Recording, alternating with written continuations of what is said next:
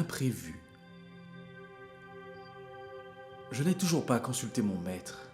Il s'est passé quelque chose que je n'avais pas prévu. Plusieurs jours se sont écoulés depuis mes derniers écrits. J'ai l'esprit encore plus embrumé que la dernière fois, et pourtant, je me sens si bien. Il se trouve qu'après avoir fini mon paragraphe la dernière fois, allongé sur mon lit, je rentrais dans mon monde intérieur et méditais sur les questions que j'allais poser à mon maître. Une fois à l'intérieur, quelque chose n'allait pas. Une forte tempête de neige étrange faisait rage. Et quand je dis étrange, c'est bel et bien le mot. À certains moments, la neige se transformait en eau, puis revenait en glace. L'endroit où était placée ma maison était couvert de neige, les bourrasques de vent emportaient les flocons. Et je me prenais des claques de cette étrange tempête, semblable à des coups de fouet sur mon visage. J'allais rapidement à la rencontre de la statue dédiée à mon maître, un peu plus haut sur une petite colline. Oui, j'ai oublié de le préciser, mais pendant les quelques mois où je n'ai pas écrit, je prenais du temps pour créer une statue à l'effigie de Cerberus dans mon monde intérieur.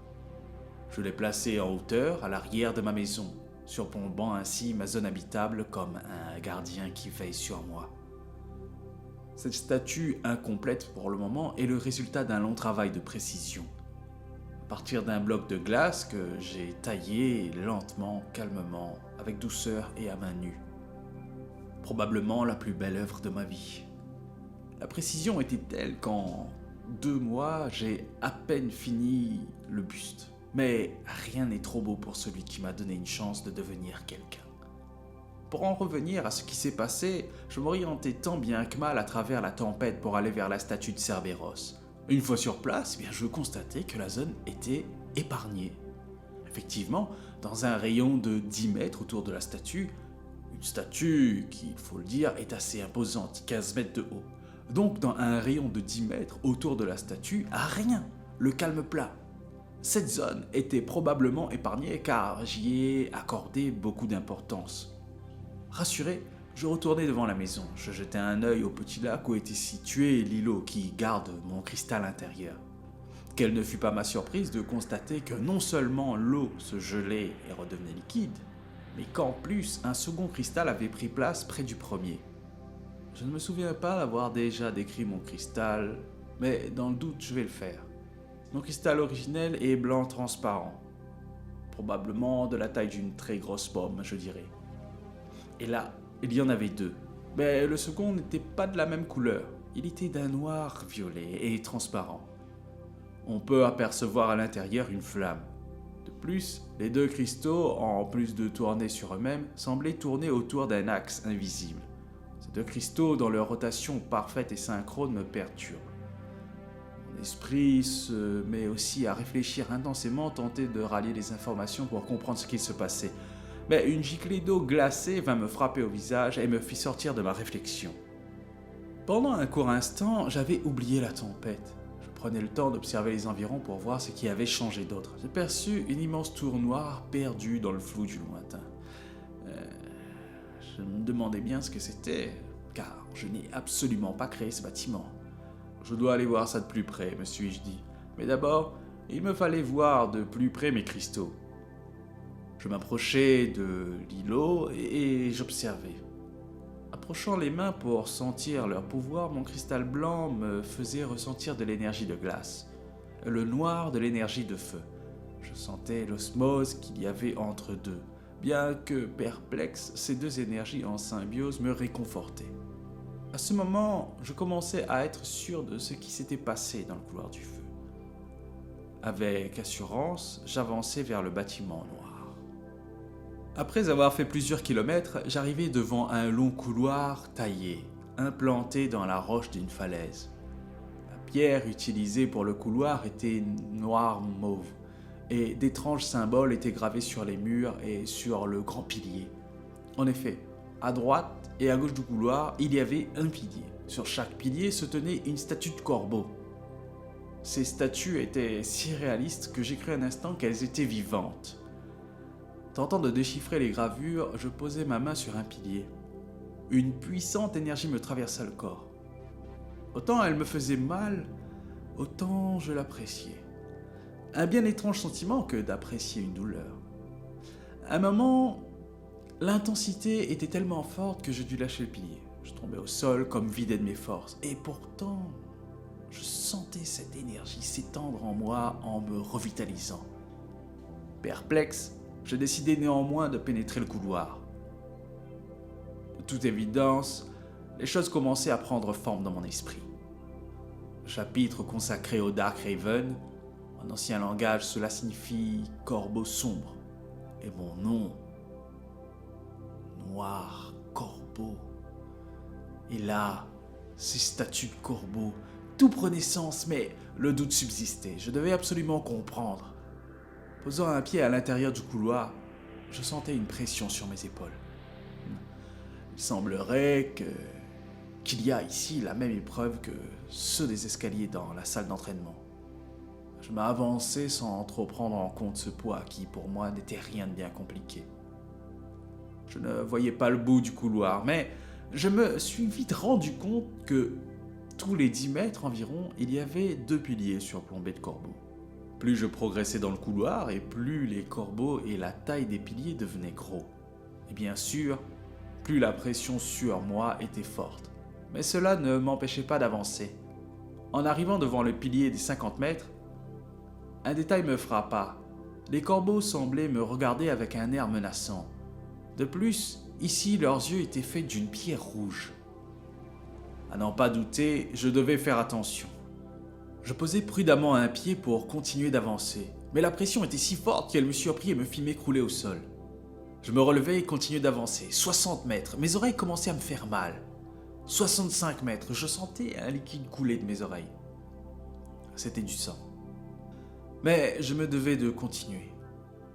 70 mètres. La pression était si forte que je m'écroulai au sol une nouvelle fois. J'eus beaucoup de mal à me relever.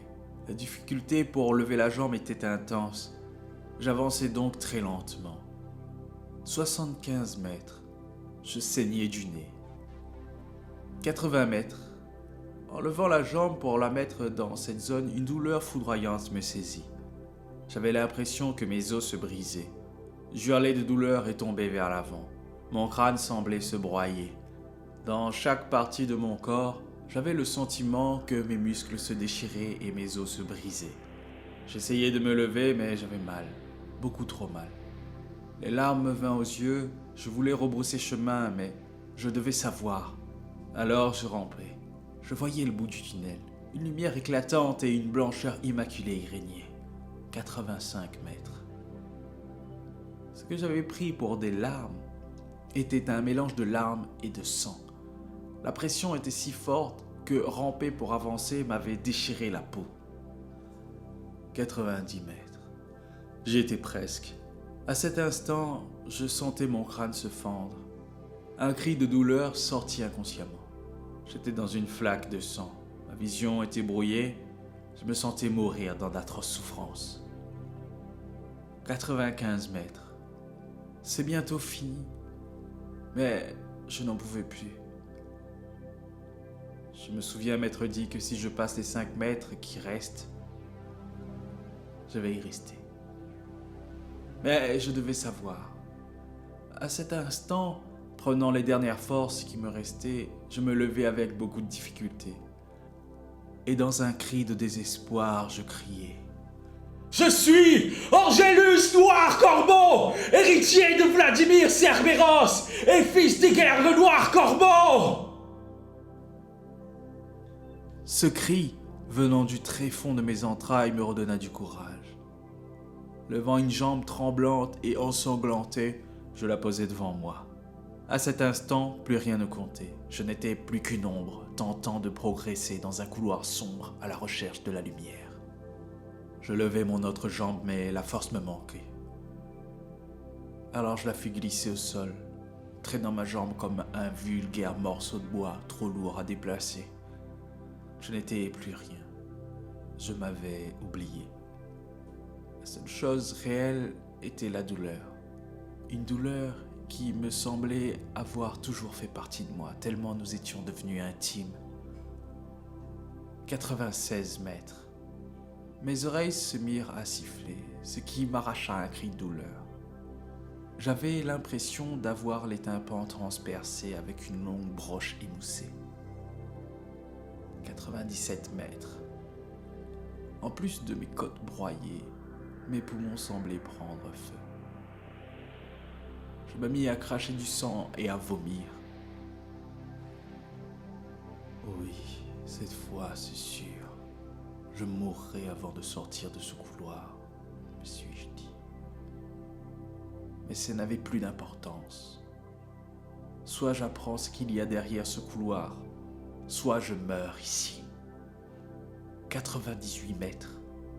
Je m'écroulais à nouveau. Je n'avais plus de force. Mes doigts étaient déchiquetés. L'odeur et le goût du sang me rappela un instant les hommes que j'avais tués en partant de chez Lucie.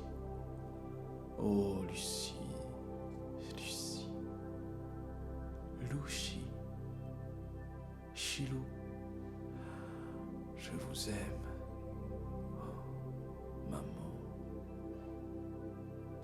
je te demande pardon de ne pas avoir réussi à te rendre fier de moi. 99 mètres. Maître, merci. J'ai froid. Qu'est-ce que c'est? De la neige? Où suis-je? Aidez-moi. Quelqu'un. J'ai si froid. Oh mais je suis sorti.